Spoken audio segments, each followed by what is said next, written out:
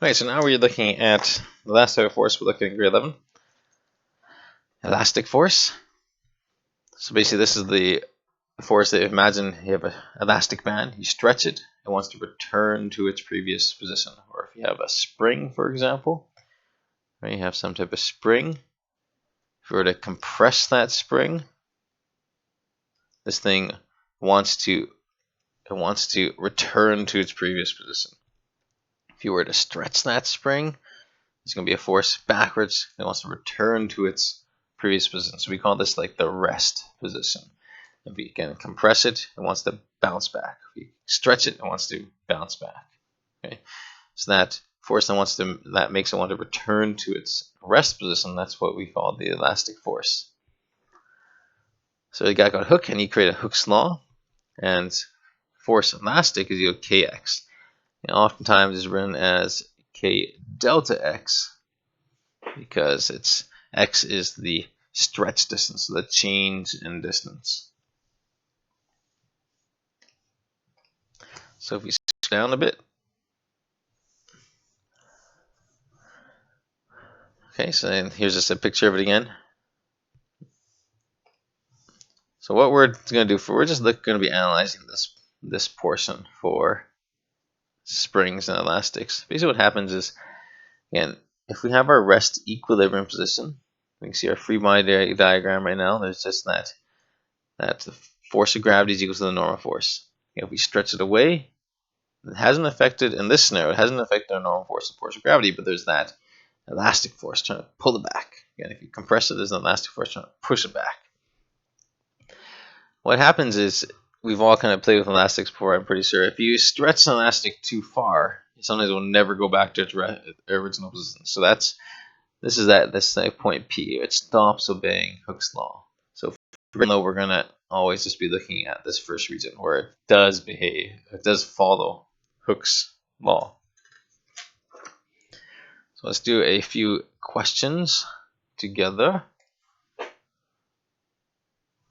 So it says a spring has a spring constant equal to 250 newtons per meter and has a rest length of 25.0 centimeters. What force is required to compress the spring to a length of 20 centimeters?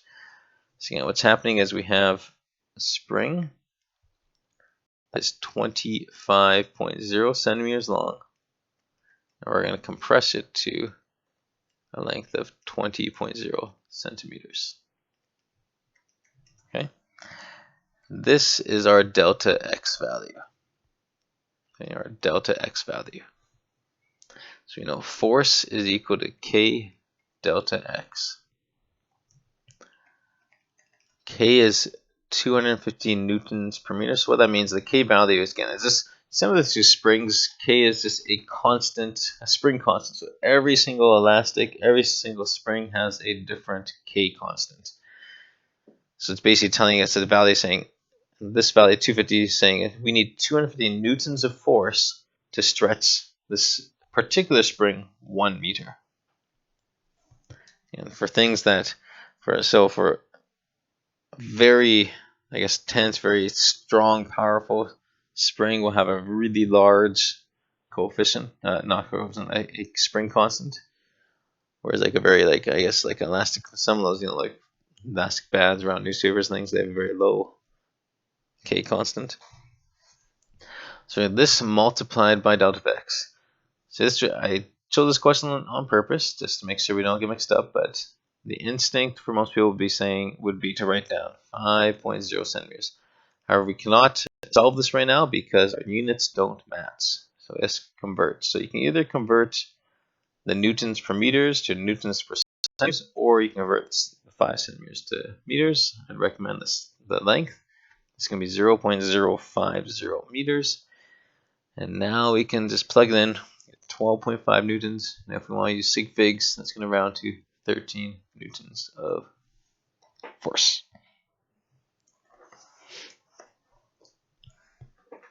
And last question. A spring is hung vertically. Its rest length is 18 centimeters when a 0.5 kilogram mass is hung from the spring is shown. It stretches to a length of 22 centimeters. What will be the length of the spring when a 0.5 kilogram mass is replaced by a 1.25 kilogram mass. There's two ways we can solve for this one. First way is just we can solve for k first. So for example, we can say F is equal to k delta x. mg is equal to k delta x. So the reason I wrote on mg is because we have a hanging mass. So basically it's the force of gravity that is causing this spring to stretch. So the force of gravity is equal to that spring force in this case. So we say when we hang that 0.500 kilogram mass, it's affected by gravity, so 9.81 meters per second squared, causes the stretch. How much does it stretch? It stretched a total of 4 centimeters. Okay, so we have 22.0 centimeters minus 18.0 centimeters. So we plug this in, we get a value of 1.23. That's 0.5. So 1.23 newtons per centimeter. And if we wanted to convert that to meters, this is equivalent of 123 newtons per meter. Either one. Both of them are correct. Just if your spring constant is in centimeters, just make sure that delta x is in centimeters as well. Now we're just going to replace it with a 1.25 kilogram mass. So 1.25 kilograms. That is 9.81 meters per second squared. K is 1.23 newtons per centimeters. We're going to solve for delta x. Delta x is 1.25 times 9.81 divided by 1.23. And you get 9. Pretty much it rounds to. I'm just going to round it up. 10 centimeters. So delta x is equal to 10.0 centimeters. Or 10 centimeters. Let's just go more exact. We get 9.97 centimeters. If I add that to the 18, we get a value of our final length of 28.0 centimeters.